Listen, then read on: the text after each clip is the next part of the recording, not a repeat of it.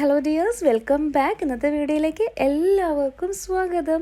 ഇന്നത്തെ വീഡിയോയിൽ ഇൻക്ലൂഡ് ചെയ്തിട്ടുള്ളത് ഒരു ഹോം ഓർഗനൈസിങ്, ഡീക്ലട്ടറിങ്, അതേപോലെ തന്നെ ഇനി വളരെ കുറച്ച് ദിവസം, അതായത് വിരലിലെണ്ണാവുന്ന കുറച്ച് ദിവസങ്ങളും കൂടി കഴിഞ്ഞാൽ നോമ്പാണ്. അപ്പോൾ ഈ റമദാൻ സ്റ്റാർട്ട് ചെയ്യുന്നതിന് മുൻപായിട്ട് ചെയ്ത് വെക്കാനുണ്ടായിരുന്ന വളരെ കുറച്ച് കാര്യങ്ങളും കൂടിയൊക്കെ ഇൻക്ലൂഡ് ചെയ്തിട്ടുള്ളൊരു വീഡിയോ ആണ്. അപ്പോൾ കണ്ടു നോക്കാം.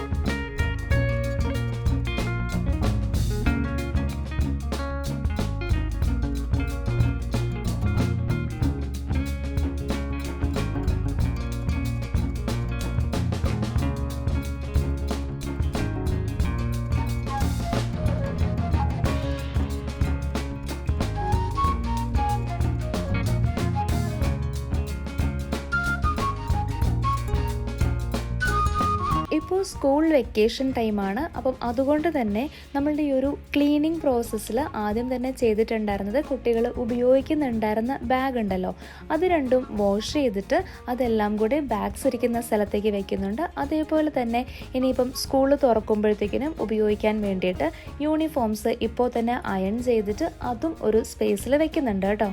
ഇതിൻ്റെ ഒപ്പം തന്നെ എനിക്ക് നെക്സ്റ്റ് ഡേയിലേക്ക് ഇടാൻ വേണ്ടിയിട്ടുള്ള ഡ്രസ്സും എടുത്തിട്ട് സെപ്പറേറ്റ് ചെയ്ത് വെക്കുന്നുണ്ട്. ഇതിൻ്റെ ഒരു കാരണം എന്ന് പറഞ്ഞാൽ, നമ്മളിപ്പം രാവിലെ തന്നെ ഇത് തപ്പാനായിട്ട് പോയി കഴിഞ്ഞാൽ ഒന്നാമത് ഇത്രയും ഒരു വെട്ടം ഉണ്ടാവത്തില്ല, അതേപോലെ തന്നെ മറ്റ് ഉറങ്ങുന്ന ആളുകൾക്ക് അതൊരു ബുദ്ധിമുട്ടുമായിരിക്കും. അതുകൊണ്ട് എപ്പോഴും ഇതേപോലെ നെക്സ്റ്റ് ഡേയിലേക്ക് ഇടാനുള്ള ക്ലോത്ത്സ് നേരത്തെ തന്നെ എടുത്ത് വെക്കുവാണെങ്കിൽ അതായിരിക്കും എനിക്കെപ്പോഴും ഹെൽപ്ഫുൾ ആയിട്ടുള്ളത്.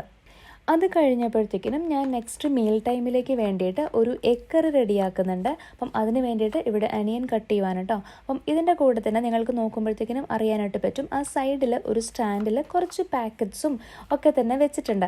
ഇതിങ്ങനെ കണ്ടാൽ മാത്രമേ എടുത്ത് ഉപയോഗിക്കുകയുള്ളൂ എന്ന് തോന്നിയിട്ടുണ്ടായിരുന്ന കുറച്ച് സാധനങ്ങളാണ് ഞാൻ ഈ ഒരു സ്പേസിൽ വെച്ചിട്ടുണ്ടായിരുന്നത്. ഡെയിലി നമ്മളുടെ ഒരു മീൽ ടൈമിലേക്ക് വേണ്ടിയിട്ട് ഉപയോഗിക്കുന്നും ഇല്ലാത്ത സാധനങ്ങളാണ്. അപ്പം ഇത് ഞാൻ എടുത്ത് ഇങ്ങനെ നമുക്ക് കാണാൻ വേണ്ടിയിട്ട് വെച്ചേക്കുവാണ്. ഒരു വിഷ്വലി ഇതിങ്ങനെ കാണുമ്പോഴത്തേക്കാണ് നമുക്കത് എപ്പോഴും കണ്ടുകൊണ്ടിരിക്കുകയാണല്ലോ. അപ്പം ഇത് എന്തായാലും ഇതിവിടെ വെച്ച് കഴിഞ്ഞാൽ 1-2 ദിവസത്തിനുള്ളിൽ, അല്ലെങ്കിലും 1-2 ആഴ്ചയ്ക്കുള്ളിലെങ്കിലും ഇതിൽ നിന്നുള്ള ഏതെങ്കിലുമൊക്കെ ഐറ്റംസ് വെച്ചിട്ട് എന്തെങ്കിലും ഒരു കാര്യം ഉണ്ടാക്കും എന്നുള്ളത് ഉറപ്പാണ്. അതിന് വേണ്ടിയിട്ട് വിഷ്വലി ഒരു പ്രഷറൈസ് ചെയ്തിട്ട് ആ സാധനം ഫിനിഷ് ചെയ്യുക എന്നുള്ളതാണ് ഉദ്ദേശം. അപ്പം ഇതേപോലുള്ള അഡീഷണൽ വരുന്ന പാക്കറ്റ്സ് എല്ലാം കൂടെ എടുത്ത് നമ്മൾ എപ്പോഴും കാണുന്ന സ്ഥലത്ത് വെച്ചാൽ എന്തായാലും നമ്മൾ കുറച്ച് ദിവസത്തിനുള്ളിൽ തന്നെ എടുത്തിട്ട് അതുണ്ടാക്കും. അപ്പോൾ ഇവിടെ ഞാൻ എഗ് കറിക്ക് വേണ്ടിയിട്ട് ഒരു 3-4 പീസസൊക്കെ അനിയൻ കട്ട് ചെയ്തെടുത്തിട്ടുണ്ട് കേട്ടോ. നമുക്ക് നല്ലതുപോലെ ചോപ്പ് ചെയ്തിട്ടുള്ള അനിയൻ പീസസ് ആണ് വേണ്ടത്. അതേപോലെ തന്നെ മറ്റൊരു കാര്യം എന്ന് പറഞ്ഞാൽ, ഇപ്പോൾ സമ്മർ ആകുവാണ്. അപ്പം ഞാൻ എക്സ്ട്രാ ഉണ്ടായിരുന്ന വാട്ടർ ബോട്ടിൽസിലൊക്കെ തന്നെ വെള്ളം ഫില്ല് ചെയ്തിട്ട് പല റൂംസിലായിട്ട് വെക്കുന്നുണ്ട് കേട്ടോ. എക്സ്ട്രാ വാട്ടർ ബോട്ടിൽസിൽ നമ്മൾ വെള്ളം ഫില്ല് ചെയ്തിട്ട് എല്ലാ റൂംസിലും വെക്കുവാണെങ്കിൽ അപ്പം എല്ലാവർക്കും അത് ഉപയോഗിക്കാനായിട്ട് പറ്റും. മെയിൻലി ഇതൊരു സമ്മർ ടൈം ആകുമ്പോഴത്തേനും ഒത്തിരി ഹെൽപ്ഫുൾ ആയിട്ടുള്ളൊരു കാര്യമാണ്. പിന്നെ ഞാൻ നേരത്തെ പറഞ്ഞതുപോലെ നമ്മളുടെ ഒരു റമദാൻ സ്റ്റാർട്ട് ചെയ്യുന്നതിന് മുൻപുള്ള പ്രിപ്പറേഷൻസിൻ്റെയൊക്കെ ഭാഗമായിട്ട് നമ്മളുടെ മസാല പൗഡേഴ്സ് എല്ലാം തന്നെ ടിന്നിലൊക്കെ ഇട്ട് വെക്കണം എന്ന് വിചാരിച്ചിട്ടുണ്ടായിരുന്നു. അങ്ങനെ ചില്ലി പൗഡർ എടുത്തിട്ട് വന്നപ്പോഴാണ് അതിൽ ഒരു കുറച്ച് ഭാഗം ഇങ്ങനെ വിട്ടിരിപ്പുണ്ട്. അത് നമ്മൾ ആ പാക്കറ്റ് എടുക്കുമ്പോൾ തന്നെ കുറച്ചായിട്ടൊക്കെ താഴെ പോകുന്ന കണ്ടപ്പോഴാണ് അത് കുറച്ച് പൊട്ടിയിരിപ്പുണ്ടെന്ന് കണ്ടത്. അതുകൊണ്ട് ഞാൻ ആ പാക്കറ്റിനെ ഒന്നും കൂടി വേറൊരു സിപ്പ് ലോക്ക് ബാഗിനകത്ത് ആക്കി വെക്കുന്നുണ്ട് കേട്ടോ. ഇനി ഇവിടെ നമ്മൾ കുറച്ച് മുളപ്പിച്ച പയർ മണ്ണിലിട്ട് കൊടുക്കുന്നുണ്ട്. അപ്പം ഇവരുടെ സ്കൂളിലൊക്കെ മെയിൻലി എല്ലാവർക്കും അറിയാമായിരിക്കും, സ്കൂൾ പ്രോജക്ട്സ് ഒക്കെ വരുമ്പോഴത്തേക്കിനും കുട്ടികളെ കൊണ്ട് മെയിൻലി ചെയ്യിപ്പിക്കുന്നത് ഈ ഒരു പയർ, അതായത് മുളപ്പിച്ച പയർ വെതറിയിട്ട് അതിൽ നിന്ന് ചെറിയ ചെറിയ തൈയൊക്കെ വരുന്നതാണ് മെയിൻലി ഇവർക്ക് സ്കൂൾ പ്രോജക്ട്സിലൊക്കെ പലപ്പോഴായിട്ട് ചെയ്തിട്ടുള്ളത്. അതുകൊണ്ട് തന്നെ ഈ ഒരു കാര്യം ആൾ ഏറ്റെടുത്തിട്ടുണ്ട്. അപ്പം ഇതിനകത്ത് ആ സീഡ്സൊക്കെ ഇട്ട് കൊടുത്തു, മണ്ണൊക്കെ ഇട്ട് കുറച്ച് വെള്ളമൊക്കെ ഒഴിച്ചിട്ട് നമ്മൾ വെക്കുന്നുണ്ട്. കുറച്ച് ദിവസം കഴിയുമ്പോഴത്തേക്കിനും ഇതിൽ ആ ചെടിയും ഇലയും ഒക്കെ വന്നേക്കുന്നത് കാണാനായിട്ട്. പിന്നെ ഞാൻ നേരത്തെ പറഞ്ഞതുപോലെ ഒരു റമദാൻ സ്റ്റാർട്ട് ചെയ്യുന്നതിന് മുൻപുള്ള പ്രിപ്പറേഷൻ എന്ന് പറയുമ്പം ഒരുപാട് വലിയ വലിയ കാര്യങ്ങളൊന്നും അങ്ങനെ ചെയ്യുന്നില്ല. നമുക്ക് മെയിൻലി ഉണ്ടായിരുന്നത് കുറച്ച് ക്ലീൻ ചെയ്യണം എന്ന് ആഗ്രഹം ഉണ്ടായിരുന്ന കുറച്ച് ഏരിയാസൊക്കെ ക്ലീൻ ചെയ്യുന്നുണ്ട്. പിന്നെ കുറച്ച് കിച്ചണിലാണെങ്കിലും നമുക്ക് നമ്മളുടെ ഒരു കുക്കിംഗ് ടൈമിലൊക്കെ ഹെൽപ്ഫുൾ ആവുന്ന രീതിയിൽ കുറച്ച് ചെറിയ ചെറിയ കാര്യങ്ങൾ ചെയ്ത് വെക്കും. ഇനി നമ്മളുടെ എഗ് കറിയുടെ പണിയിലേക്ക് വരാം. അപ്പോൾ ഞാൻ നേരത്തെ തന്നെ ഇവിടെ കുറച്ച് എഗ്സ് ബോയിൽ ചെയ്തിട്ടൊക്കെ വെച്ചിട്ടുണ്ടായിരുന്നു. അപ്പോൾ അതിന് വേണ്ടിയിട്ട് ആദ്യം നമ്മളൊരു പാത്രം എടുത്തിട്ട് അതിലേക്ക് ഒരു 1/4 ടീസ്പൂൺ ടർമറിക് പൗഡറും അതേപോലെ തന്നെ കുറച്ച് മാത്രം ഒരു 1/4 ടീസ്പൂൺ ചില്ലി പൗഡറും കൂടി ഇട്ട് നല്ലതുപോലെ മിക്സ് ചെയ്തിട്ട് അതിലേക്ക് നമ്മൾ നേരത്തെ ബോയിൽ ചെയ്തിട്ട് ഷെൽസൊക്കെ കളഞ്ഞ് വെച്ചിട്ടുള്ള എഗ്ഗ് ഉണ്ടല്ലോ, അതിട്ട് നല്ലതുപോലെ ഒന്ന് തിരുമ്മി വെക്കുക കേട്ടോ. നമ്മളൊരു പാൻ വെച്ചിട്ട് ആ പാനിൽ ഒരു 1 ടേബിൾ സ്പൂണൊക്കെ ഓയിൽ ഒഴിച്ചു കൊടുക്കാം. ആ ഓയിലിലേക്ക് നമ്മൾ നേരത്തെ മഞ്ഞൾപ്പൊടിയും മുളക് പൊടിയും ഇട്ട് നല്ലതുപോലെ ഒന്ന് തിരുമ്മി വെച്ചിട്ടുള്ള ഈ ബോയിൽ ചെയ്തിട്ടുള്ള മുട്ടയില്ലേ, അതൊന്ന് ഇതിലേക്ക് ഇട്ട് കൊടുത്തിട്ട് ജസ്റ്റ് ചെറിയ തീയിൽ ഒരു 3 മിനിറ്റ് മാത്രം ഇട്ടിട്ട് അതിനൊന്ന് ജസ്റ്റ് ഒന്ന് ഫ്രൈ ചെയ്തെടുക്കാം. തീ ഒരുപാട് കൂടി പോകണ്ട. ഒരു ഗോൾഡൻ ബ്രൗൺ കളർ ആകുമ്പോഴത്തേക്കിനും നമുക്കതൊരു പാത്രത്തിലേക്ക് മാറ്റി. എന്നിട്ട് നമ്മൾ വേറൊരു പോട്ട് എടുത്തിട്ട് അതിലേക്ക് കുറച്ച് യോഗട്ട്, ഒരു 4 ടേബിൾ സ്പൂണൊക്കെ യോഗട്ടും ആ യോഗട്ടിലേക്ക് ഒരു 1/4 ടീസ്പൂൺ ടർമറിക് പൗഡർ, മുളക് പൊടി ഒരു 1 ടീസ്പൂൺ, പിന്നെ മല്ലിപ്പൊടിയും ഒരു 1 ടീസ്പൂൺ, പിന്നെ ഗരം മസാല ഒരു 1/2 ടീസ്പൂണും കൂടി ഇട്ട് നല്ലതുപോലെ മിക്സ് ചെയ്തിട്ട് അതും നമ്മൾ മാറ്റി വയ്ക്കുന്നുണ്ട്. അപ്പം ഈ 2 കാര്യങ്ങൾ കഴിഞ്ഞിട്ടുണ്ട്. ഇത് കഴിഞ്ഞാൽ നമ്മൾ നേരത്തെ തന്നെ അനിയൻ കട്ട് ചെയ്തും വെച്ചിട്ടുണ്ട്. ഇനി നമ്മളുടെ കറി ഉണ്ടാക്കുന്ന പരിപാടി പെട്ടെന്ന് കഴിയും. ഇനി നമ്മളുടെ ഈ എഗ് കറി ഉണ്ടാക്കാൻ വേണ്ടിയിട്ട് നമ്മൾ എടുക്കുന്ന പാത്രം വെച്ചിട്ട് അതിലേക്ക് ഒരു 3 ടേബിൾ സ്പൂൺ ഓയിൽ ഒഴിച്ചു കൊടുത്തിട്ട് ആ ഓയിൽ നല്ലതുപോലെ ഒന്ന് ചൂടാവട്ടെ.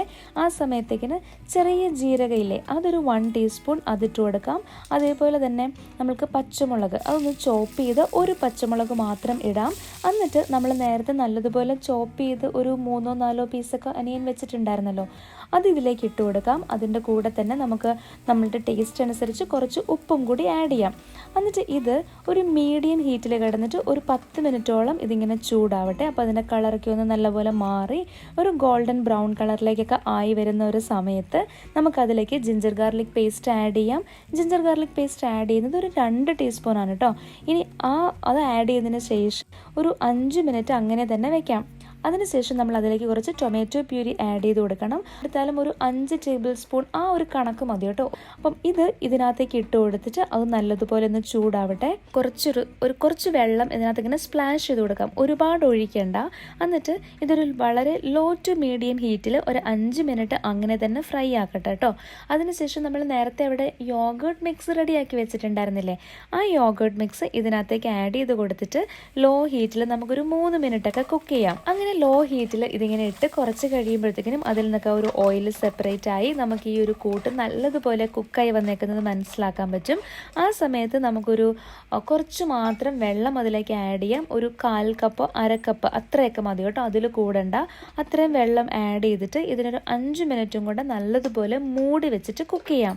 ഇപ്പം ഒരുവിധം കഴിഞ്ഞിട്ടുണ്ട്. നമുക്ക് ഇതിലേക്ക് കസൂരി മേത്തി ആഡ് ചെയ്ത് കൊടുക്കണം. അതിന് വേണ്ടിയിട്ട് ഞാനൊരു പാൻ വെച്ചിട്ട് അതിലേക്ക് ഒരു 1 ടീസ്പൂൺ മാത്രം കസൂരി മേത്തി ഇട്ട് കൊടുക്കും. അപ്പോൾ നല്ല പൊടിയായിട്ട് കിട്ടാൻ വേണ്ടിയിട്ട് അങ്ങനെ ചെയ്യുന്നത്. അപ്പം അതേപോലെ പാനിലിട്ട് ഒന്ന് ചൂടാക്കിയ സംഭവത്തിനെ നമ്മളെടുത്ത് കൈകൊണ്ടൊന്ന് തിരുമുമ്പോഴത്തേക്കിനും നല്ല പൊടിയായിട്ട് കിട്ടും. അത് നമ്മൾ ഈ ഉണ്ടാക്കിക്കൊണ്ടിരിക്കുന്ന കറിയിലേക്ക് ഇട്ട് കൊടുക്കാം. ആ എഗ്ഗും കൂടെ ഇടാം. ആ എഗ്ഗ് ഇടുന്നതിന് മുമ്പായിട്ട് നമുക്ക് അതിലേക്ക് ഒരു 2 സ്ലിറ്റ് ഇട്ട് കൊടുക്കാം.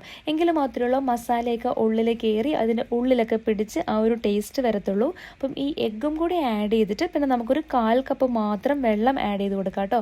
എന്നിട്ട് വീണ്ടും ഇതിനെ കവർ ചെയ്ത് വെക്കാം. കവർ ചെയ്തിട്ട് ഒരു 5 മിനിറ്റ് കുക്ക് ചെയ്യാം. അതും ലോ ഹീറ്റിൽ കുക്ക് ചെയ്താലും മതി. ഇത് കഴിയുമ്പോഴത്തേക്കും നമ്മളുടെ എഗ് മസാല റെഡി ആയിട്ടുണ്ടാവും.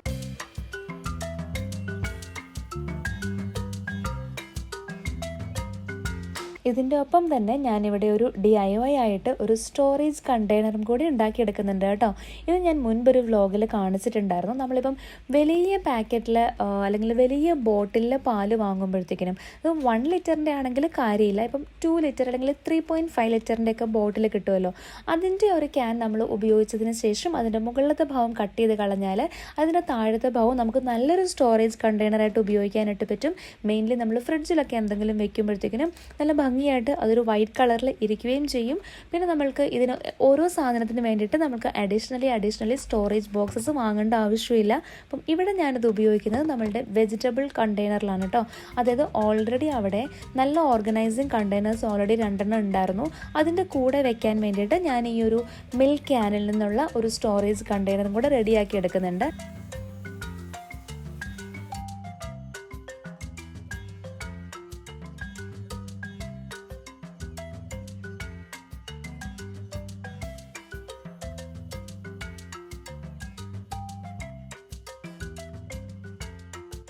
അതേപോലെ തന്നെ മുൻപൊരു വ്ലോഗിൽ ഞാൻ കാണിച്ചിട്ടുണ്ടായിരുന്നു, ഞാൻ ഈ ഒരു സ്യൂയിങ് മെഷീൻ യൂസ് ചെയ്യാൻ വേണ്ടിയിട്ട് ലാസ്റ്റ് ടൈം സ്റ്റാർട്ട് ചെയ്തപ്പോഴാണ് ഇത് വർക്ക് ചെയ്യുന്നില്ല എന്നുള്ളൊരു കാര്യം മനസ്സിലായത്. അപ്പം അതിനുശേഷം ഇടയ്ക്കൊരു ദിവസം പോയിട്ട് ഞാൻ ഈ ഒരു സ്യൂയിങ് മെഷീൻ്റെ അത്യാവശ്യം ഒരു റിപ്പയറൊക്കെ കഴിഞ്ഞിട്ട് വന്നിട്ടുണ്ടായിരുന്നു. പക്ഷേങ്കിൽ വീട്ടിൽ വന്നിട്ട് നോക്കിയപ്പോഴാണ് അതിന് വേറൊരു പ്രോബ്ലം കൂടെ ഉണ്ടെന്ന് മനസ്സിലായത്. അതിന് നെക്സ്റ്റ് ടൈം എപ്പോഴെങ്കിലും പോവാം. അപ്പം ഞാനൊരു സ്യൂയിങ് മെഷീൻ റിപ്പയർ ചെയ്യാൻ വേണ്ടിയിട്ട് പോയിട്ടുണ്ടായിരുന്നു. അവിടുത്തെ ചെറിയ ക്ലിപ്പും കൂടെ ആഡ് ചെയ്തിട്ടുണ്ട്.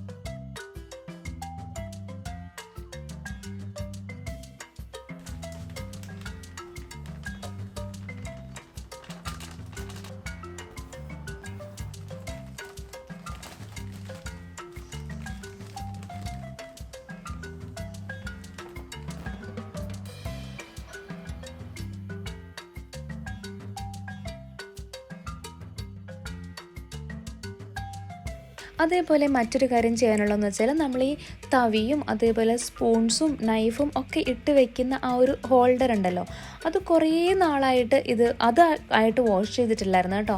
അപ്പം ഞാൻ ആ തവിയും അതേപോലെയുള്ള സ്പൂൺസും ഒക്കെ ഇടുന്ന ആ ഒരു കണ്ടെയ്നറിൽ നിന്ന് അതൊക്കെ മാറ്റിയിട്ട് അതിനെ ഒന്ന് വാഷ് ചെയ്ത് വെക്കുന്നുണ്ട്. അപ്പം അത് ചെയ്ത് കഴിഞ്ഞപ്പോഴാണ് എനിക്ക് ഇതൊരു ഭയങ്കര വലിയൊരു സംഭവം ചെയ്തതുപോലെ തോന്നിയത്. കാരണം ഒത്തിരി നാളായിട്ട് നമ്മളിതൊക്കെ ഈ സ്പൂൺസൊക്കെ ഇട്ട് വെക്കുന്നു എന്നുള്ളതല്ലാതെ അതിനെ ഇടയ്ക്കൊന്ന് എടുത്ത് വാഷ് ചെയ്ത് വെക്കണം എന്നുള്ളൊരു കാര്യം തിങ്ക് ചെയ്തിട്ടുണ്ടായിരുന്നില്ല. അപ്പം ഞാൻ ഈ ഒരു റമദാൻ സ്റ്റാർട്ട് ചെയ്യുന്നതിന് മുൻപായിട്ടുള്ള കുറച്ച് ഒട്ടും ശ്രദ്ധിക്കാതെ പോയിട്ടുണ്ടായിരുന്ന ക്ലീനിങ് കാര്യങ്ങൾ എന്തൊക്കെ ചെയ്യണം എന്ന് നോക്കി വന്നപ്പോഴാണ് ഈ ഒരു കാര്യം ശ്രദ്ധയിൽപ്പെട്ടിട്ടുണ്ടായിരുന്നത്. അതേപോലെ തന്നെ മറ്റൊരു വളരെ ഇമ്പോർട്ടൻ്റ് ആയിട്ടുള്ള കാര്യമാണ്, ഇപ്പം വീട്ടിലൊക്കെ കുറേ ബുക്സൊക്കെ ഉള്ളവർക്കാണെങ്കിൽ അറിയാം, ആ ബുക്സിൻ്റെയൊക്കെ മുകളിലായിട്ട് ഇങ്ങനെ പൊടി അടിഞ്ഞു കൂടും. അപ്പം അതിപ്പം നമ്മൾ എത്ര ബുക്സ് ഉണ്ടെങ്കിലും എല്ലാ ബുക്സും എല്ലാ ദിവസവും ഒന്നും ഉപയോഗിക്കുന്നുണ്ടാവത്തില്ല. ഇപ്പോൾ ഒരു ചെറിയൊരു ഹോം ലൈബ്രറി ഒക്കെ ഉണ്ടെങ്കിൽ നിങ്ങൾ നോക്കിയാൽ കാണാനായിട്ട് പറ്റും. നമ്മൾ ഒട്ടും ശ്രദ്ധിക്കത്തേയില്ല, നമ്മൾ ഏതെങ്കിലും ഒരു ബുക്ക് എടുക്കുമ്പോഴായിരിക്കും ഒരു പക്ഷേ അതിൻ്റെ മുകളിലുള്ള പൊടി കാണുന്നത്. അപ്പം ഞാൻ ഇവിടെ ബുക്സ് ഇരുന്ന ഒരു ഭാഗത്തുനിന്ന് ആ ബുക്സൊക്കെ തന്നെ ആദ്യം തന്നെ എടുത്ത് മാറ്റി അവിടെ ഒന്ന് വെള്ളം കൊണ്ട് തുടയ്ക്കുന്നുണ്ട് കേട്ടോ. അപ്പം അത് ക്ലീൻ ചെയ്യാനുള്ള അല്ലെങ്കിൽ അത് ഡസ്റ്റ് ചെയ്യാനുള്ള ഒരു ജോലി കുട്ടികൾക്കാണ് കൊടുത്തത്. അവർ 2 പേരും കൂടിയാണ് ബാക്കി അവിടെ ഉണ്ടായിരുന്ന എല്ലാ ബുക്സിൻ്റെയും ആ ഒരു പൊടി കളഞ്ഞ് അതായത് ഡസ്റ്റ് ചെയ്തിട്ടൊക്കെ അവർ തന്ന്. പിന്നെ അപ്പോൾ ഇതൊക്കെയാണ് എനിക്ക് കുറച്ചും കൂടി ഇമ്പോർട്ടൻ്റ് ആയിട്ട് തോന്നിയത്. കാരണം കുറേ കാര്യങ്ങൾ മെസ്റ്റപ്പായിട്ട് കടന്നു കഴിയുമ്പോഴത്തേക്കിനും നമുക്ക് ഒരു കാര്യത്തിലും പ്രോപ്പറായിട്ട് ഫോക്കസ് ചെയ്യാൻ പറ്റത്തില്ല എന്ന് തോന്നിയിട്ടുണ്ട്. പക്ഷേങ്കിൽ ബാക്കി കുറേ കാര്യങ്ങളൊക്കെ തന്നെ എല്ലാം ഒന്ന് വൃത്തിയായിട്ടും പൊടിയൊക്കെ കളഞ്ഞൊക്കെ ഇരിക്കുവാണെങ്കിൽ നമ്മൾക്ക് നമ്മളുടെ കുക്കിങ്ങിലേക്കും അതേപോലെ തന്നെ കിച്ചണിലെ മറ്റ് ആക്ടിവിറ്റീസിലേക്ക് കുറച്ചും കൂടി ഫോക്കസ് ചെയ്യാൻ പറ്റും. ഒരുപാട് എഫേർട്ടൊന്നും വേണ്ടാത്ത എന്നാൽ കുറച്ചും കൂടി ഇൻട്രസ്റ്റിംഗ് ആയിട്ടുള്ള കുറച്ച് ആക്ടിവിറ്റീസാണ് ഈ ഒരു ദിവസം ഞാൻ ചെയ്തിട്ടുണ്ടായിരുന്നത്.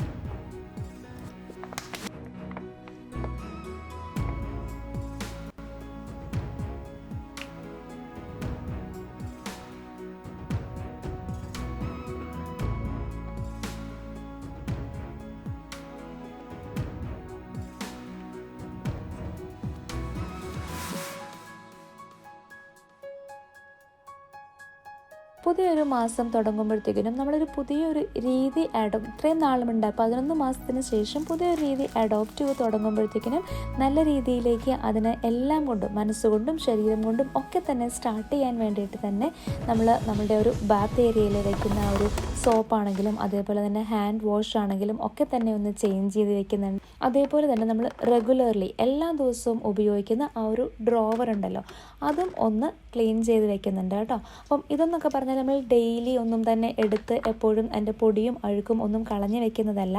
അപ്പം ഈ ഒരു സമയത്തേക്കിന് വേണ്ടിയിട്ട് ഒരു കംപ്ലീറ്റ് റീസെറ്റിന് വേണ്ടിയിട്ടാണ് ഈ ഒരു കാര്യങ്ങളും ഒക്കെ ചെയ്യുന്നത്. വളരെ കുറച്ച് കാര്യങ്ങളിലേക്ക്, നമുക്ക് വലിയ എഫേർട്ടൊന്നും വേണ്ടിയില്ലാത്ത കുറച്ച് കാര്യങ്ങളിലേക്ക് മാത്രമാണ് ഫോക്കസ് ചെയ്യുന്നത്. അപ്പം ഇതിൻ്റെ കൂടെ തന്നെ നമ്മളുടെ മൈക്രോവേവ് ഓവനും കൂടെ ഒന്ന് ക്ലീൻ ചെയ്തെടുക്കുന്നുണ്ട്. ഇതിൻ്റെ ഒരു ഡീറ്റെയിൽഡ് വീഡിയോ ഞാൻ കഴിഞ്ഞ ദിവസം പോസ്റ്റ് ചെയ്തിട്ടുണ്ടായിരുന്നു. അപ്പം അതിന് വേണ്ടിയിട്ട് ആദ്യം തന്നെ അതിൻ്റെ ഉള്ളിലുള്ള ഫുഡൊക്കെ ചൂടാക്കുമ്പോഴത്തേക്കിനും മൂടി വെക്കുന്ന ഒരു പാത്രം ഉണ്ടാകുമല്ലോ, അതൊന്ന് എടുത്ത് മാറ്റുന്നുണ്ട്. അതിനുശേഷം ഒരു ചെറിയ ബൗളിലേക്ക് നമ്മൾ ബേക്കിംഗ് സോഡയും അതേപോലെ തന്നെ വിനെഗറും കുറച്ച് വെള്ളവും കൂടെ ആഡ് ചെയ്തിട്ട് ഒരു 4 മിനിറ്റ് 5 മിനിറ്റൊക്കെ നല്ലതുപോലെ ഒന്ന് മൈക്രോവേവ് ചെയ്യാം ഈ ഒരു ലിക്വിഡിനെ. അതിനുശേഷം ആ ലിക്വിഡ് എടുത്ത് മാറ്റി കഴിഞ്ഞിട്ട് നമുക്കൊരു ക്ലോത്ത് ഉപയോഗിച്ചിട്ട്, അതായത് ഒരു മൈക്രോ ഫൈബർ ക്ലോത്ത് ഉപയോഗിച്ചിട്ട് ഇതിൻ്റെ ഉള്ളിലൊക്കെ നല്ലതുപോലെ തുടച്ചു കൊടുക്കാം. അങ്ങനെ തുടച്ചതിന് ശേഷം നമ്മൾ ഈ ചൂടാക്കിയിട്ടുള്ള ഈ ഒരു ലിക്വിഡ് ഉണ്ടല്ലോ, അതിലേക്കും കൂടി നമ്മളുടെ ഒരു ക്ലോത്ത് ഒന്ന് മുക്കിയിട്ട് അതിൻ്റെ ഉള്ളിലും ഒക്കെ തുടയ്ക്കാം. അതേപോലെ തന്നെ പുറത്തു ഭാഗത്തും ഹാൻഡിലും ഒക്കെ ഒന്ന് തുടച്ച് വരുമ്പോഴത്തേക്കിനും ഇതിൻ്റെ എവിടെയെങ്കിലുമൊക്കെ ഫുഡ് പാർട്ടിക്കിൾസ് പറ്റിയിരുപ്പുണ്ടെങ്കിൽ പോകും. ഈ ഒരു ക്ലോത്ത് ഉപയോഗിച്ചിട്ട് നമ്മൾ ഉള്ളിലും പുറത്തും ഒക്കെ തുടച്ചതിന് ശേഷം നമ്മൾ വേറൊരു ഡ്രൈ മൈക്രോഫൈബർ ക്ലോത്ത് ഉപയോഗിച്ചിട്ട് ഒന്നും കൂടി ഒന്ന് വൈപ്പ് ചെയ്തെടുക്കുന്നുണ്ട്.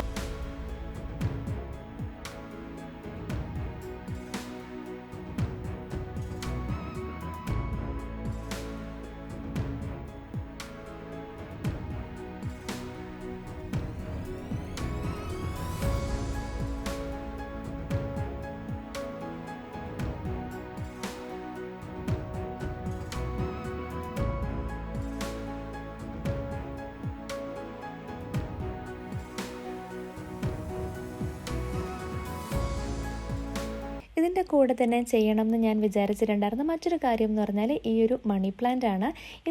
ഇത് വലിയ കുഴപ്പമൊന്നും ഇല്ലാതിരുന്നൊരു സംഭവമായിരുന്നു. പക്ഷേ ഇതിനെ ഞാൻ കുറച്ച് ദിവസത്തേക്കിന് കുട്ടികളുടെ റൂമിൽ അവിടെ വിൻഡോയുടെ അടുത്തായിട്ടൊക്കെ ഒന്ന് കൊണ്ട് വെച്ചിട്ടുണ്ടായിരുന്നു. പക്ഷേങ്കിൽ എനിക്ക് തോന്നുന്നു പല സമയങ്ങളിലായിട്ട് അവരിതിൻ്റെ കമ്പും ഒക്കെ ഊരിയെടുത്തിട്ടുണ്ടായിരുന്നെന്ന് തോന്നുന്നു. അത് നല്ലതുപോലെ ചെടി അങ്ങ് ചീത്തയായി, അതിനൊരു പ്രോപ്പർ സപ്പോർട്ടൊന്നും കിട്ടിയില്ല, അതിൻ്റെ റൂട്ടൊക്കെ ഒന്ന് ഇളകിയിട്ടൊക്കെ ഉണ്ടായിരുന്നെന്ന് തോന്നുന്നു. അപ്പം ഇതിനെ കംപ്ലീറ്റ് ആയിട്ടൊന്ന് മാറ്റുവാണ് കേട്ടോ. ഇതിൻ്റെ താഴെ ചീത്തയായിട്ടുണ്ടായിരുന്ന ചെടികളൊക്കെ ഒന്ന് എടുത്ത് മാറ്റിയിട്ട് പിന്നെ ഒരു കമ്പിൻ്റെയും നമ്മളതിൽ ഓൾറെഡി ഈ ജൂട്ടിൻ്റെ ത്രെഡ് ചുറ്റിയിട്ടുണ്ടായിരുന്നു. അപ്പം അതിനെയും ഒക്കെ ഒന്ന് ശരിയാക്കി എടുക്കാനുണ്ട്. എല്ലാം കഴിഞ്ഞിട്ട് അതിനൊന്ന് സെറ്റ് ചെയ്ത് വെക്കുന്നുണ്ട്. വലിയ കുഴപ്പമൊന്നും ഇല്ലാതെ ഒരു കംഫർട്ട് സോണിൽ നിന്നിട്ടുണ്ടായിരുന്നൊരു ചെടിയായിരുന്നു. അതിൻ്റെ ഒരു നിന്നിരുന്ന ലൊക്കേഷനൊന്ന് മാറ്റി കഴിഞ്ഞപ്പോഴത്തേക്കിനും അവിടെ നിന്ന് അതിന് അത്യാവശ്യം നല്ലതുപോലെ തന്നെ ബുദ്ധിമുട്ടുകളൊക്കെ നേരിടേണ്ടി വന്നിട്ടുണ്ടെന്ന് എനിക്ക് മനസ്സിലായി. അപ്പം അങ്ങനെയാണ് അത് ആകെ മൊത്തം വാടി കൊഴിഞ്ഞ് ആകെ പരുവായിട്ടുണ്ടായിരുന്നു. അപ്പം ഞാൻ അതിനെ ആ ഒരു ബുദ്ധിമുട്ടുണ്ടായിരുന്ന സ്ഥലത്ത് നിന്ന് മാറ്റുന്നുണ്ട്. കാരണം എനിക്ക് തോന്നുന്നു അവിടെ രണ്ടുപേരും കൂടെ മുറിയിൽ അവരുടേതായിട്ടുള്ള ഓരോരോ കാര്യങ്ങളൊക്കെ ചെയ്യുമ്പം അവരുടെ വഴുക്കുണ്ടാക്കാനൊക്കെ ആയിട്ട് തന്നെ ഈ കമ്പ് ഊരി എടുത്തിട്ടുണ്ടെന്ന് തോന്നുന്നത്. അപ്പോൾ ഞാൻ ഇതിനെ വീണ്ടും അവിടെ നിന്ന് മാറ്റിയിട്ട് ഇതിൻ്റെ പഴയ സ്ഥലത്തേക്ക് തന്നെ ഒന്ന് കൊണ്ടുപോയി വെക്കുവാണ് കേട്ടോ. കാരണം ഒത്തിരി നാളായി ഈ ഒരു ചെടി ഇങ്ങനെ തന്നെ നിൽക്കുന്നത്, ഇതൊട്ടും തന്നെ വളരുന്നുമില്ല. പിന്നെ ഇതിൻ്റെ ഒരു ലൊക്കേഷൻ മാറ്റി കഴിഞ്ഞപ്പോഴത്തേക്കിനും ഇത് വെള്ളം ഒഴിക്കുന്ന കാര്യം ഞാനും കുറേയൊക്കെ വിട്ടുപോയിട്ടുണ്ടായിരുന്നു എന്ന് തോന്നുന്നു. അപ്പം ഇതിന് നമുക്ക് ഒരുപാടിങ്ങനെ വളർന്നു വന്നില്ലെങ്കിലും കുഴപ്പമില്ലാതെ വലിയ ബുദ്ധിമുട്ടൊന്നും ഇല്ലാതെ അതിനെ ഒന്ന് നിർത്തിക്കൊണ്ട് പോകാം എന്നാണ് വിചാരിക്കുന്നത്. അപ്പോൾ ഇത്രയേ ഉള്ളൂ ഇന്നത്തെ വീഡിയോ. നിങ്ങൾക്ക് ഇഷ്ടമായിട്ടുണ്ടാവും എന്ന് വിശ്വസിക്കുന്നു. എനിക്ക് ചെയ്യാനായിട്ട് ഒരുപാട് ഇഷ്ടമുള്ള എക്സൈറ്റിംഗ് ആയിട്ടുള്ള കുറച്ച് ആക്ടിവിറ്റീസാണ് ഇന്നത്തെ വീഡിയോയിൽ ഇൻക്ലൂഡ് ചെയ്തിട്ടുണ്ടായിരുന്നത്. എന്തായാലും നിങ്ങളുടെ അഭിപ്രായങ്ങൾ എന്നെ അറിയിക്കാം. മറ്റൊരു വീഡിയോ ആയിട്ട് നമുക്ക് ഉടനെ തന്നെ കാണാം. അതുവരേക്കും take care and stay safe.